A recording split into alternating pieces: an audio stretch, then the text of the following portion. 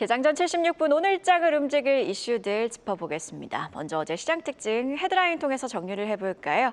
한은 올해 경제성장률 0.8%에서 0.9%로 상향 조정, 주식 양도세 대주주 기준 논의 주목입니다. 어제 코스피와 코스닥의 투자 심리는 엇갈렸습니다. 코스피는 엇갈린 엔비디아의 실적 평가 속에서도 SK 하이닉스의 반등, 여기에 8월 금통위 결과와 정책 되돌림 기대감에 강세를 보였지만요. 코스닥은 개별 이슈 속 엔터주의 하락과 코스피 종목입니다만 LNF가 BW 발행가 논란 속에서 급락하면서 다른 2차 전지주 투심이 얼어붙게 됐고 이에 코스닥도 하방 압력을 보였습니다. 코스피가 그래도 훈기를 보일 수 있었던 두 가지 이유 한 발 더 들어가 보도록 할 텐데요. 금통위와 정책 이야기 해보겠습니다. 8월 금통위 시장 예상대로 흘러갔습니다. 금리는 연 2.5%로 동결, 시장의 이목을 끈 건 성장률 전망치 상향인데요.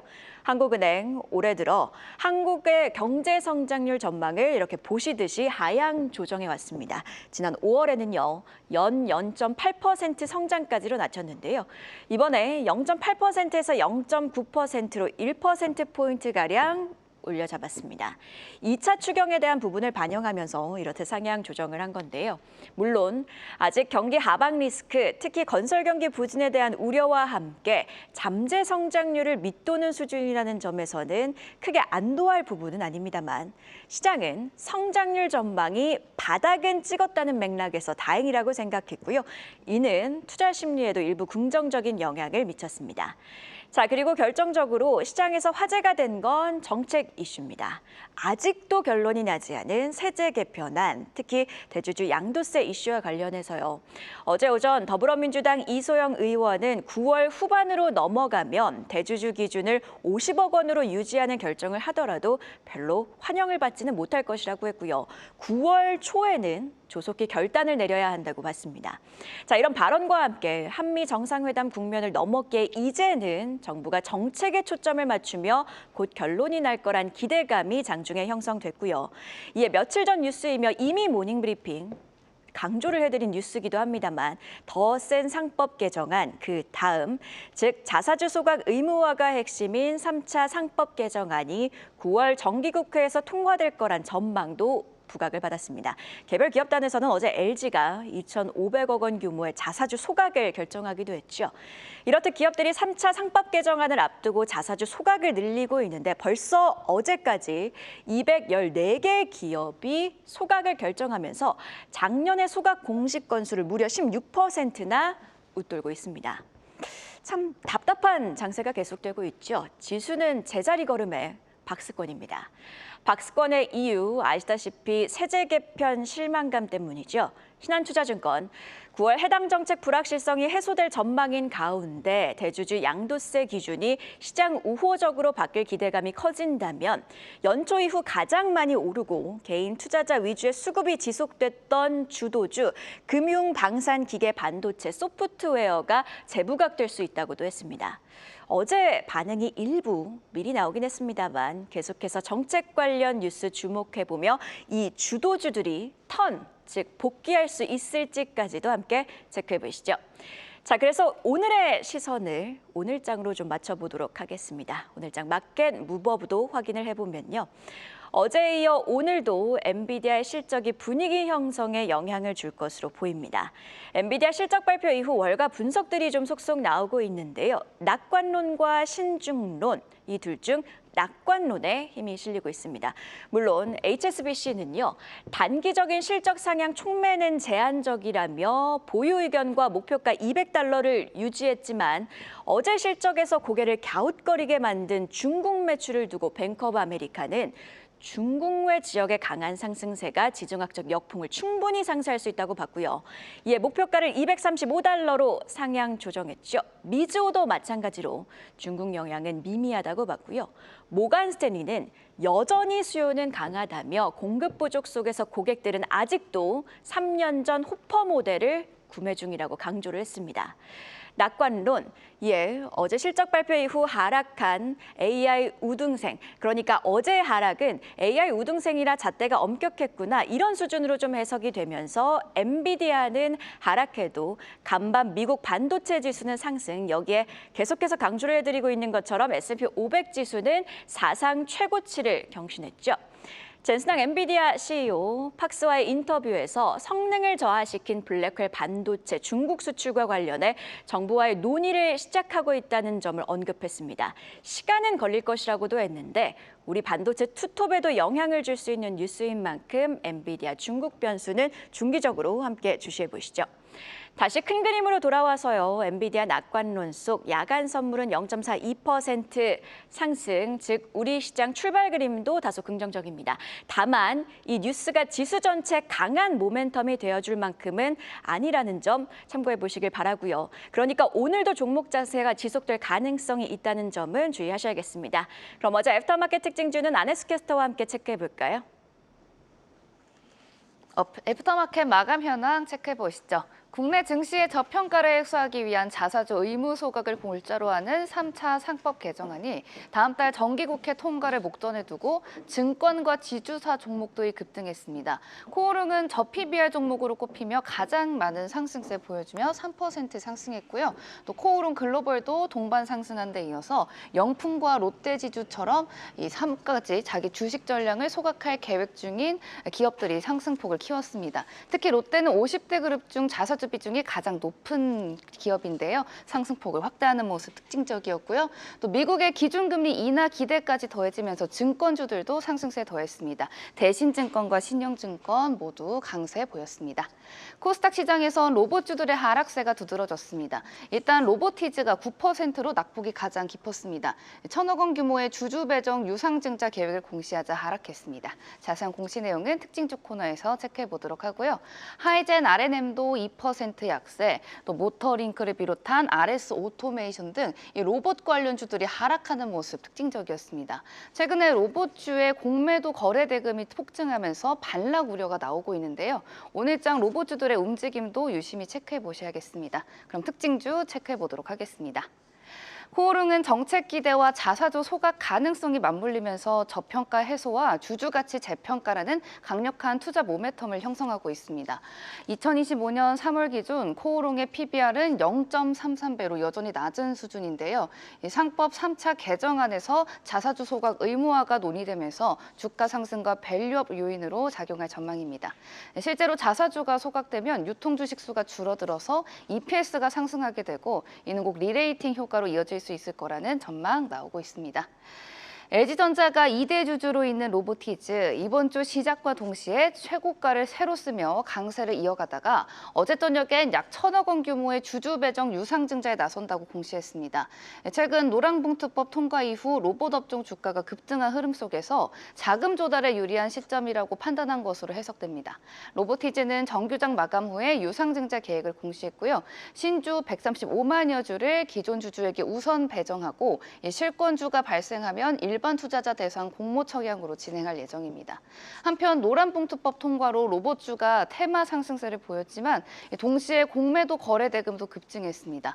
노사 분규 리스크 확대 우려 속에서 증시 전반이 부진한 가운데 로봇주의 매수세가 반락을 예상하는 매도 심리가 동시에 몰린 결과로 풀이되는데요. 로봇주의 투자 전략 어떻게 세워야 할지도 이어지는 분석에서 확인해 보시죠.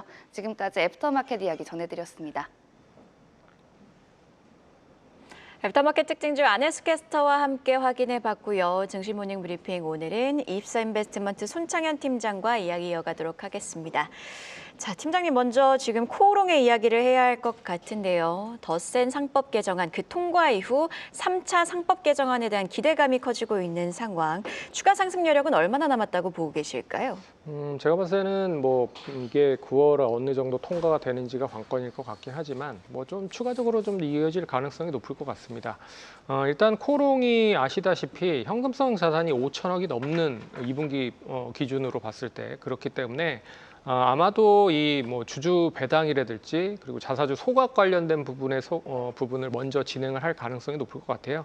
그래서 최근에 뭐 그룹 지주사들이 배당과 소각을 확대를 하고 있는 상황이잖아요. 그래서 신정부 정책에 맞게끔 대기업들이 지주사들에 대한 소각과 배당을 미리 선제적으로 좀 진행을 하고 있기 때문에 코롱도 거기에 맞춰서 조금 먼저 선제적으로 할 가능성이 높다라고 봐야 될 것 같고, 현재 시가총액이 기업 청산 가치만도 못한 상황입니다. 그렇기 때문에 PBR이 2분기 기준으로 0.4배 정도 수준, 그렇다라고 하면 1배 정도 평가를 받는다라고 하면 뭐 12만 8천 원까지도 뭐 상승을 할 수 있는 여력이 있다라고 보고 있기 때문에 제가 봤을 때는 이게 어느 정도 통과가 된다라고 봐도 시행하기에는 좀 시간은 걸릴 가능성이 높지만 그래도 뭐 우호적으로 좀 봐야 되지 않을까, 그렇게 봐야 될 것 같습니다. 네, 현재 PBR 수준을 고려했을 때는 충분히 우호적으로 볼 수 있는 요소들이 남아있다, 이렇게 진단을 해주셨습니다. 자, 그리고 코스닥 시장에서는 하락을 했던 로보티즈를 체크해 봐야 될 것 같은데요. 1,000억 원 규모의 유상증자를 결정했다는 소식이 결국에는 하락으로 이어진 상황입니다. 로봇주 같은 경우에는 최근에 랠리를 펼쳐왔던 상황이라 이번 유상증자 상황이 투자 심리를 좀 꺾이게 하진 않을까 우려스러운 상황, 어떻게 보고 계실까요?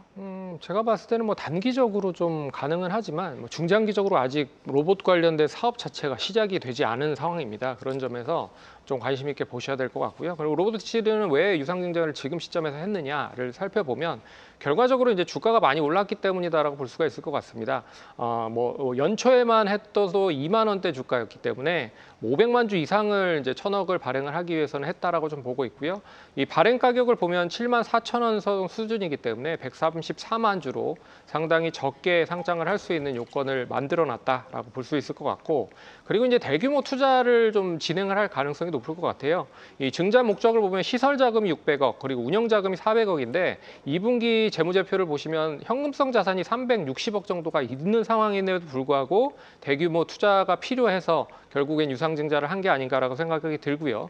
현재 동사는 이제 테슬라나 구글, LG에 액추에이터를 공급을 하고 있는 상황입니다. 그리고 동사 자체에서도 일개미나 집개미 같은 로봇을 만들고 있기 때문에 대규모 투자가 진행이 될 가능성이 높다라는 부분으로 보실 수 있을 것 같고, 하반기에 실적이 뭐 원활하게 좀 진행이 되지 않기 때문에 미리 선제적으로 현금성 자산에 대한 부분을 만들어서 이 현금 흐름을 좀 만들지 않았는가라고 생각을 해볼 수 있을 것 같기 때문에 뭐 단기적으로 제가 봤을 때는 뭐 조정이 나올 가능성은 높지만 그래도 중장기적인 관점에서는 계속 관심을 가지셔야 될 필요가 있다라고 봐야 될 것 같습니다. 단기 하락은 불가피하지만 중장기적으로 봤을 때는 긍정적인 모멘텀 충분히 남아있다고 강조를 해주셨습니다.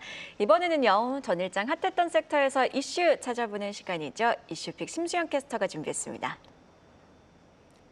이슈픽 오늘은 K조선 이야기로 문을 열겠습니다. 미국이 군함을 한국에서 건조하는 방안을 검토하고 있습니다. 원래 불가능한 일이지만 트럼프 대통령의 행정명령으로 길을 열어주겠다는 건데요. 미국 해군부 관계자가 이달 초 방위사업청과 만나 군함 건조와 유지보수 협력의 필요성에 공감했고요. 규제를 완화할 수 있다는 입장을 직접 전달한 것으로 전해집니다. 한국에서 미국 함정을 건조하는 경우 미국이 한국에 할인에 발주하더라도 충분히 수익성 확보가 가능할 것으로 보이는데요. 예를 들어서 미 해군 차세대 호위함 한 척을 한국에서 짓는 케이스를 분석해 보면요. 기존에 미국에서 건조했을 때 선체 가격이 8,490억 원 정도였고요. 여기에서 30%나 40% 정도 할인을 해서 우리 기업이 수주한다고 하면 각각 1,410억 원, 560억 원 정도의 이익이 남습니다.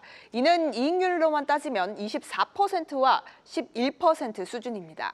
충분히 수지 타산이 맞는다는 걸 확인할 수 있죠. 다음 달 열릴 한미 워킹그룹에서 행정명령에 담길 구체적인 조치가 논의될 예정인데요. 대통령령으로 길을 틔우려는 시도가 과연 실제 성과로 이어질지 주목해 봐야겠습니다. 다음 소식도 살펴보겠습니다. LNF의 재무 건전성이 심상치 않습니다. 상반기 부채 비율이 무려 400%를 넘어섰고 유동 비율은 50%대까지 떨어진 것으로 나타난 건데요. 이에 어제장 LNF는 12% 넘게 떨어졌고요. 2차 전지주 투심이 크게 위축되며 세비캠, 덕산테코피아, 솔브레인 홀딩스 등도 약세 보였습니다.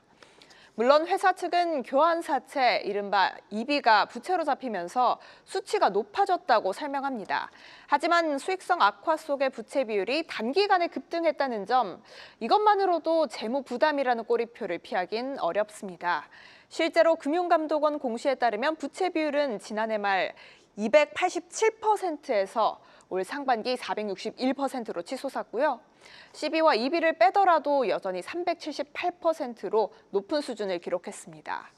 다시 말해 단순 회계 처리 문제로만 보기 힘든 상황이라는 건데 더 자세한 전망은 이어지는 분석에서 살펴보시죠. 지금까지 심수연이었습니다.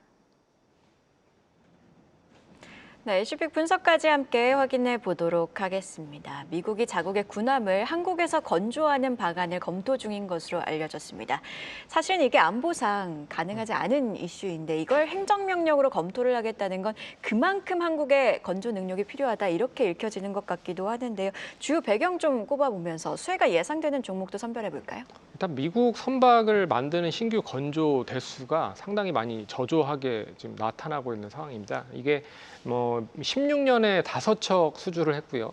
총 합쳐서 그리고 20년에 10척 그리고 작년에 2척밖에 일단 건조를 못했기 때문에 지금 미국에서 군함이 당장 좀 필요한 상황이다라고 좀 볼 수 있을 것 같고요.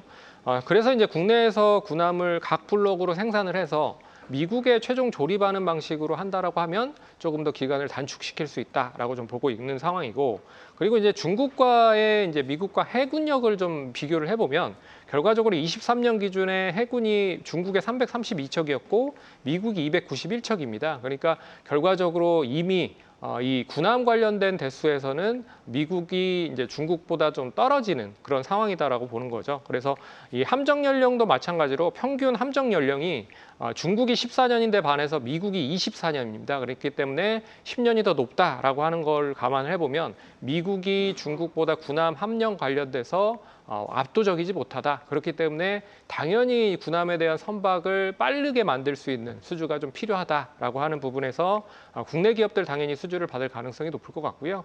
이 3개사 선박 관련된 제조사들 말고 제가 봤을 때는 이 중소형 조선 기자재 쪽에 대한 관심이 조금 더 이어질 가능성이 높다라고 보고 있어서 저는 이제 현대임스가 이 크레인을 만들고 있는 업체이기 때문에 관심 있게 보시면 좋을 것 같고, 케이프가 엔진 실린더를 만들고 있는 부분입니다. 그래서 그 중소형 종목 중에서는 현대임스와 케이프를 좀 관심 있게 보시면 좋지 않을까, 그렇게 좀 말씀드리겠습니다.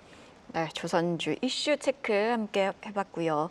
LNF 이야기 한번 해보도록 하겠습니다. LNF의 상반기 부채 비율이 400%를 넘긴 것으로 전해졌습니다. 코스피 상장 종목이지만 어제 LNF의 이런 약세가 코스닥 2차 전지주에 부담이 되기도 했는데 부채 비율이 늘어난 배경 한번 짚어볼까요? 부채 비율이 늘어난 건 이미 이제 자금 조달을 많이 했다라고 좀 볼 수 있기 때문에 2차 전지 대부분의 뭐 소재 관련된 기업들을 기준으로 본다라고 보면 뭐 CB나 BW, 그러니까 전환사채나 신주인수급부 사채, 교환사채나 유상증자를 이미 진행을 해놓은 상황입니다. 그럼에도 불구하고 일단 뭐 현금 여력성에 대한 부분들이 부족하고요. 그리고 이제 실적이 어느 정도 뒷받침이 돼야 이게 재무 건전성이 좀 확대가 좀 줄어드는데 결과적으로 실적이 부침이 진행이 되지 못하다 보니까 동반적으로 이제 재무 건전성까지 악화가 되는 그런 악순환의 현속이 진행이 되고 있기 때문에 그런 부분들이 일단 뭐 LNF 쪽으로 나왔고요. 그리고 이제 부채 비율이 일단 100% 이상 되고 있는 소재 기업들이 많습니다. 그런 점에서 뭐 에코프로비움이 137%, 포스코퓨처엠이 150%, 동아기업이 151%기 때문에 일단 2차 전지 관련된 전반적인 분위기, 투자 심리가 위축이 될 가능성도 높다라고 좀 보고 있고요. 하지만 이제 하반기 실적이 얼마만큼 회복이 되는지가 중요할 것 같아요. 2분기까지는 어느 정도 뭐 실적에 대한 부분들이 조금 좀 실적 부진이 줄어드는 부분들을 조금씩 보고 있는 상황이지만 ESS 관련된 사업이 본격적으로 2차 전지 소재 쪽에도 진행이 되고 있기 때문에 이 관련된 부분에서의 수익성이 얼마만큼 확보가 되면서 현금성 자산을 만드는지가 중요할 것 같다. 그래서 단기적으로는 조정이 2차 전지 쪽으로는 좀 불가피할 가능성이 높지만 그래도 종목별로 봤을 때는 차별화가 좀 진행이 될 가능성이 높지 않겠느냐라고 봐야 될 것 같습니다. 네, 이렇게 증시 모닝 브리핑 오늘은 24인베스트먼트 손창현 팀장과 자세한 이야기 나눠봤습니다. 고맙습니다. 계속해서 다양한 경제 이슈를 알고 싶다면 구독과 좋아요, 알림 설정 부탁드립니다. AI 캐스터 권미정이었습니다.